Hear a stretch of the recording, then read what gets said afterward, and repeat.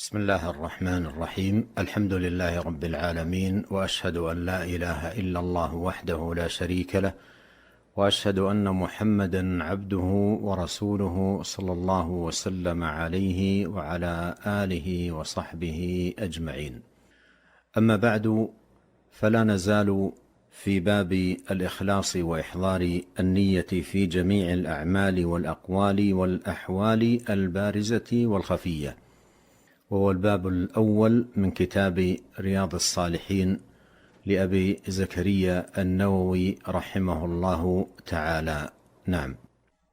قال المصنف أبو زكريا يحيى بن شرف النووي رحمه الله تعالى: وعن أبي هريرة عبد الرحمن بن صخر رضي الله عنه قال: قال رسول الله صلى الله عليه وسلم: إن الله لا ينظر إلى أجسامكم ولا إلى صوركم، ولكن ينظر إلى قلوبكم وأعمالكم. رواه مسلم. في هذا الحديث أن الأجسام والصور ليست محلا للثواب والعقاب، فكون الإنسان مثلا طويلا أو قصيرا أو أحمر أو أسود أو سمينا أو نحيلا أو غير ذلك، هذه كلها ليست محل الثواب والعقاب، وإنما النظر الذي هو محل الثواب والعقاب القلوب والأعمال. فالعبرة بما يقوم بالقلب من أعمال صالحة وإخلاص وصدق ومحبة ورجاء فيثاب عليها، أو أعمال سيئة من غل وحقد وغير ذلك فيعاقب عليها، وكذلك أعمال الجوارح. وفي الحديث دلالة على أهمية العناية بالقلب، لأن القلب محل النظر والثواب والعقاب، فيجب على العبد أن يعنى بقلبه وإصلاحه، والقلب هو الأساس. وسيأتي لاحقا حديث النبي صلى الله عليه وسلم: ألا إن في الجسد مضغة إذا صلحت صلح الجسد كله، وإذا فسدت فسد الجسد كله، ألا وهي القلب. وقد قال النبي صلى الله عليه وسلم: التقوى هاهنا، وأشار بيده إلى صدره 3 مرات. فالقلب هو الأساس، فإذا استقام على تقوى الله حقا وصدقا استقامت الجوارح كلها عملا بطاعة الله وطلبا لنيل رضاه جل في علاه. ففي المسند عن أنس بن مالك رضي الله عنه قال: قال رسول الله صلى الله عليه وسلم: لا يستقيم إيمان عبد حتى يستقيم قلبه. وحقيقة استقامة القلب أن يكون معمورا بمحبة الله ومحبة طاعته وكراهة معصيته. قال الحسن البصري رحمه الله لرجل: داوي قلبك، فإن حاجة الله إلى العباد صلاح قلوبهم، أي أن مراده سبحانه منهم ومطلوبه صلاح قلوبهم، ولا صلاح للقلوب حتى تستقر فيها معرفة الله وعظمته ومحبته وخشيته ومهابته ورجاؤه والتوكل عليه، وأن تمتلئ من ذلك. نعم. قال المصنف رحمه الله تعالى: وعن أبي موسى عبد الله بن قيس الأشعري رضي الله عنه قال: سئل رسول الله صلى الله عليه وسلم عن الرجل يقاتل شجاعة ويقاتل حمية ويقاتل رياء، أي ذلك في سبيل الله؟ فقال رسول الله صلى الله عليه وسلم: من قاتل لتكون كلمة الله هي العليا فهو في سبيل الله. متفق عليه. هذا الحديث من الأحاديث التي تتعلق بالإخلاص وإصلاح النية، وأن ذلك يترتب عليه قبول العمل والإثابة عليه. فإن النبي عليه الصلاة والسلام سئل عن الرجل يقاتل شجاعة، أي حتى يقال عنه شجاع، والرجل يقاتل حمية، أي عصبية وحمية ونصرة لقومه ولو كانوا على ضلال أو على باطل، والرجل يقاتل رياء، أي من أجل مراءة الناس وإظهار نفسه. أي ذلك في سبيل الله؟ فقال عليه الصلاة والسلام: من قاتل لتكون كلمة الله هي العليا فهو في سبيل الله. فبين عليه الصلاة والسلام أن سبيل الله واحد، وما قصد به وجه الله. فهؤلاء يشتركون من حيث صورة العمل، فصورة العمل واحدة، كلها قتال وكلها ملاقاة للأعداء، لكن الذي يثاب ويتقبل منه عمله من كان مخلصا لله يبتغي بعمله وجه الله. قال المصنف رحمه الله تعالى: وعن أبي بكرة نفيع بن الحارث الثقفي رضي الله عنه أن النبي صلى الله عليه وسلم قال: إذا التقى المسلمان بسيفيهما فالقاتل والمقتول في النار. قلت: يا رسول الله، هذا القاتل فما بال المقتول؟ قال: إنه كان حريصا على قتل صاحبه. متفق عليه. هذا الحديث أيضا له تعلق بالإخلاص والنية وأثرها على العمل، وقد تقدم قول النبي صلى الله عليه وسلم: إنما الأعمال بالنيات. فهذا المقتول الذي أخبر النبي صلى الله عليه وسلم أنه في النار، مع أنه مقتول وليس قاتلا، والسبب في ذلك أنه كان حريصا على قتل صاحبه، أي كان ناويا قتل صاحبه ومصمما على ذلك، وعمل السبب لأن يقتل صاحبه، لكن صاحبه سبقه إلى القتل، فكان هو وإياه في النار. فهذا فيه التنبيه على أن الأمور معتبرة بالنيات. قلت: يا رسول الله، هذا القاتل فما بال المقتول؟ أي هذا القاتل واضح أمره أنه في النار لأنه قاتل، فما بال المقتول؟ أي لماذا المقتول صار معه ومثله في النار؟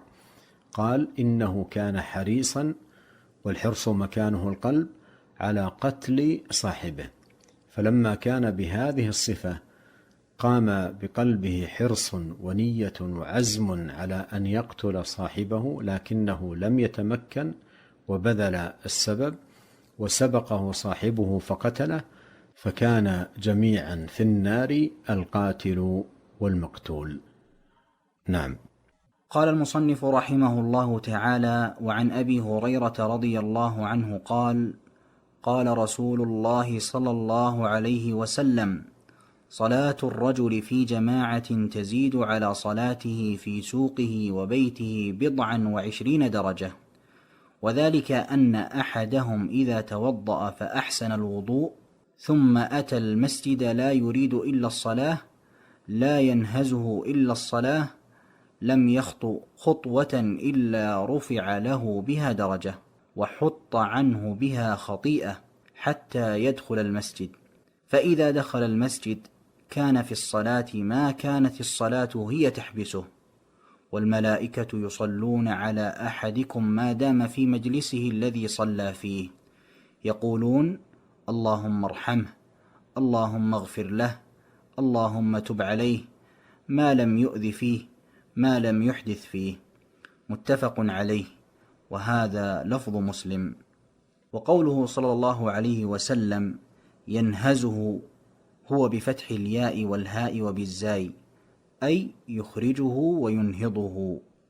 هذا الحديث مشتمل على مكانة الإخلاص والنية، لأن النبي عليه الصلاة والسلام قال: ثم أتى المسجد لا ينهزه إلا الصلاة، لا يريد إلا الصلاة، ثم ذكر الثواب المترتب على ذلك، وهذا الأجر مقيد بهذا القيد، وهو الإخلاص، إلا الصلاة، أي ليس له غرض آخر وليس له نية أخرى، وإنما خرج من بيته متطهرا متوضئا قاصدا المسجد لا يريد إلا الصلاة.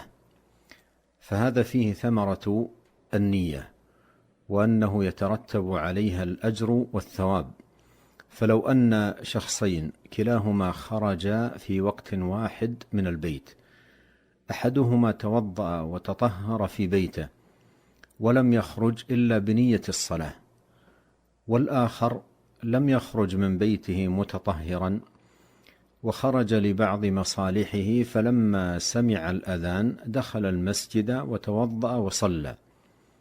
الأول يكتب له عمله من أول ما خرج من بيته بكل خطوة يخطوها، يرفع له بها درجة وتحط بها عنه خطيئة حتى يدخل المسجد، لأنه من حين خرج من البيت لم يخرج ولم ينهض إلا لأجل الصلاة، فيكتب له ذلك كله. فهذا فيه أثر النية، مع أن الشخصين عملهما متقارب من حيث الحركة والمشي والمسافة التي قطعاها، لكن لما كان ذاك وفق للنية والاهتمام بأمر الصلاة وأنه لم ينهض من بيته إلا لأجلها، كتب له بكل خطوة يخطوها درجة وحط عنه بها خطيئة. فمن فوائد هذا الحديث فضل تطهر المرء في بيته إذا أراد أن يخرج لصلاة الجماعة ليفوز بهذا الثواب الذي ذكره النبي صلى الله عليه وسلم، حيث قال: لم يخطو خطوة إلا رفع له بها درجة وحط عنه بها خطيئة حتى يدخل المسجد. نعم.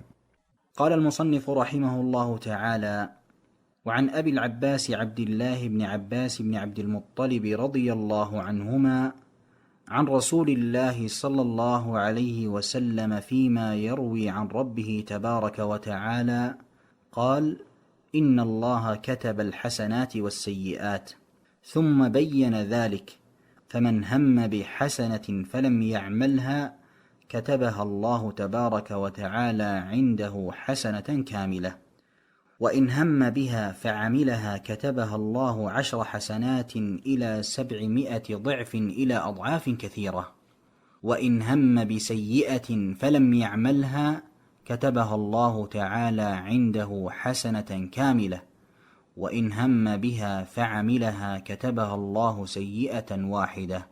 متفق عليه. هذا الحديث فيه بيان عظيم رحمة الله سبحانه وتعالى، وأنه جل وعلا يجازي المطيع بفضله وكرمه، ولهذا يضاعف له الأجر والثواب ويجزل له الإنعام، ويجازي سبحانه وتعالى المسيء بعدله جل وعلا، كما قال الله سبحانه: ثم كان عاقبة الذين أساءوا السوء. فالمحسن يجازى بالفضل والإكرام والإنعام، والمسيء يجازى بالعدل. والمؤلف رحمه الله تعالى ساق هذا الحديث لأن فيه بيانا لأهمية النية الصالحة، وأنها توصل صاحبها إلى الأجور العظيمة والثواب المضاعف، لأن من هم بحسنة فلم يعملها كتبت له حسنة كاملة، وإن هم بها فعملها كتبها الله 10 حسنات إلى 700 ضعف إلى أضعاف كثيرة. فهذا يبين لنا مكانة النية الصالحة، وأن الإنسان بمجرد النية الصالحة إذا قامت في قلبه ولم يتيسر له العمل كتب له حسنة كاملة، فإذا قام بالعمل فإنه بإذن الله تبارك وتعالى تضاعف الحسنة إلى 10 أمثالها إلى 700 ضعف إلى أضعاف كثيرة. وهذا فيه أن التفاوت في الحسنات راجع إلى التفاوت في الإخلاص والمتابعة، وكلما كان الإنسان أقوى إخلاصا وأكثر متابعة كان أكثر ثوابا وأعظم أجرا عند الله سبحانه وتعالى. ثم فيما يتعلق بترك المعصية قال: إن هم بسيئة فلم يعملها كتبت عنده حسنة كاملة. هذا مقيد فيما إذا كان تركها لأجل الله عز وجل، كما سيأتي في الحديث في قصة الرجل الذي ترك الوقوع في الفاحشة في ابنة عمه من أجل الله سبحانه وتعالى. أما إذا تركها عجزا أو عن عدم قدرة أو منع من ذلك فإنه لا يكتب له ذلك. ومن هم بالسيئة فعملها كتبها الله سيئة واحدة، لأن ذلك من عدل الله عز وجل، فجزاء السيئة بمثلها، وإنما التضعيف فضل من الله سبحانه وتعالى للمحسن جزاء على إحسانه، وتكريما له لقيامه بطاعة ربه عز وجل. قال الحافظ ابن رجب رحمه الله تعالى: فتضمنت هذه النصوص كتابة الحسنات والسيئات والهم بالحسنة والسيئة، فهذه 4 أنواع. النوع الأول عمل الحسنات، فتضاعف الحسنة ب10 أمثالها إلى 700 ضعف إلى أضعاف كثيرة، فمضاعفة الحسنة ب10 أمثالها لازم لكل الحسنات، وقد دل عليه قوله تعالى: من جاء بالحسنة فله 10 أمثالها. وأما زيادة المضاعفة على 10 لمن شاء الله أن يضاعف له، فدل عليه قوله تعالى: مثل الذين ينفقون أموالهم في سبيل الله كمثل حبة أنبتت 7 سنابل في كل سنبلة 100 حبة والله يضاعف لمن يشاء والله واسع عليم. فدلت هذه الآية على أن النفقة في سبيل الله تضاعف ب700 ضعف. وفي صحيح مسلم عن أبي مسعود رضي الله عنه قال: جاء رجل بناقة مخطومة فقال: يا رسول الله، هذه في سبيل الله. فقال صلى الله عليه وسلم: لك بها يوم القيامة 700 ناقة. النوع الثاني عمل السيئات، فتكتب السيئة بمثلها من غير مضاعفة، كما قال الله تعالى: ومن جاء بالسيئة فلا يجزى إلا مثلها وهم لا يظلمون. وقوله كتبت له سيئة واحدة إشارة إلى أنها غير مضاعفة. النوع الثالث الهم بالحسنات، فتكتب حسنة كاملة وإن لم يعملها، كما في حديث ابن عباس وغيره. وفي حديث أبي هريرة رضي الله عنه الذي خرجه مسلم: إذا تحدث عبدي بأن يعمل حسنة فأنا أكتبها له حسنة. والظاهر أن المراد بالتحدث حديث النفس وهو الهم. وفي حديث خريم ابن فاتك: من هم بحسنة فلم يعملها فعلم الله أنه قد أشعرها قلبه وحرص عليها كتبت له حسنة. وهذا يدل على أن المراد بالهم هنا هو العزم المصمم الذي يوجد معه الحرص على العمل، لا مجرد الخطرة التي تخطر ثم تنفسخ من غير عزم ولا تصميم. النوع الرابع الهم بالسيئات من غير عمل لها، ففي حديث ابن عباس رضي الله عنهما أنها تكتب حسنة كاملة، وكذلك في حديث أبي هريرة وأنس وغيرهما أنها تكتب حسنة. وفي حديث أبي هريرة رضي الله عنه قال: إنما تركها من جراء، يعني من أجلي. وهذا يدل على أن المراد من قدر على ما هم به من المعصية فتركها لله تعالى، وهذا لا ريب في أنه يكتب له بذلك حسنة، لأن تركه للمعصية بهذا المقصد عمل صالح. نفعنا الله أجمعين بما علمنا وزادنا علما وتوفيقا، إنه سميع قريب مجيب. وصلى الله وسلم على عبده ورسوله نبينا محمد وآله وصحبه أجمعين، والسلام عليكم ورحمة الله وبركاته.